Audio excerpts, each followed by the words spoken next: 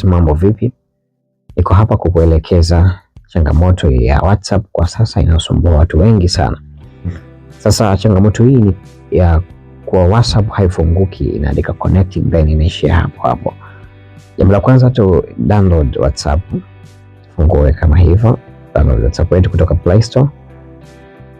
Then ikishajaa uta open kama hivyo. Then utaregister majina yako kama kawaida, utaweka namba, utaweka vitu vyako, credentials zako zingine. Lakini baada ya kufika hapa, ndio jina lako, mfano mimi naitwa Michael.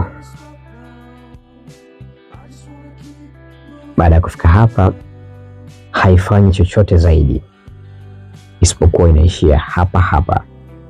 Hili tatizo ambalo limesumbua watu wengi sana kwa sasa, inabaki hapa hapa, hata ukiacha siku nzima inabaki kuwa hivi hivi. Ni kwa nini? Sasa twende pamoja solve. Jambo la kwanza ambalo unatakiwa kufanya, unakuja kwenye WhatsApp yako, unaishikilia hivyo. Baada ya kushikilia hivyo, unashikilia kama sekunde moja tu bila kuachia, itakuja hivi. Kuna kialama kiko hapa juu, hapa juu kabisa, hiki ambacho kimekaa kama ai, utakibonyeza namna hiyo. Baada ya hapo, unakuja hapa pembeni hapa kwenye force stop, hapo na click. Baada ya hapo utabonyeza force stop, then utakuja kwenye sehemu imeandikwa storage hapa, then uta click, utabonyeza clear cache.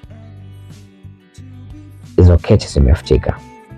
Baada ya hapo, nenda kafungue WhatsApp yako, jaza majina yako kama kawaida na kila kitu kitakwenda kama kawaida.